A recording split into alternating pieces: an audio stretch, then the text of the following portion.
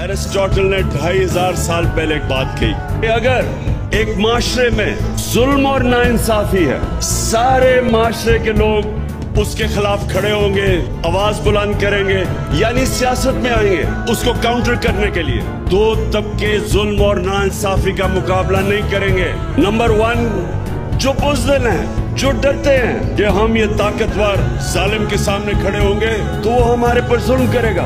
तो एक तो बुज़दिल जुल्म का मुकाबला नहीं करते, और दूसरे खुद गर्ज। अगर मैं समझ रहा हूँ मेरी जिंदगी बड़ी आसान है, मेरे पे सब कुछ है और मेरे माशरे में जुल्म हो रहा है, लेकिन मैं कहूँ कि मेरी जिंदगी पे क्या फर्क पड़ेगा, मैं तो एंजॉय कर रहा हूँ, मेरी जिंदगी आसान है। ये सबसे बड़ा प्रॉब्लम पाकिस्तान की एलीट का, कि हमारी एलीट क्योंकि वो कंफर्टेबल है, आसान जिंदगी है, नौकर हैं, तो वो सोचते हैं कि हम क्यों जालिम का मुकाबला करें, और इस तरह एक माशरा गुलाम बन जाता है, जुल्म के गुलाम बन जाते हैं, खौफ के गुलाम बन जाते हैं।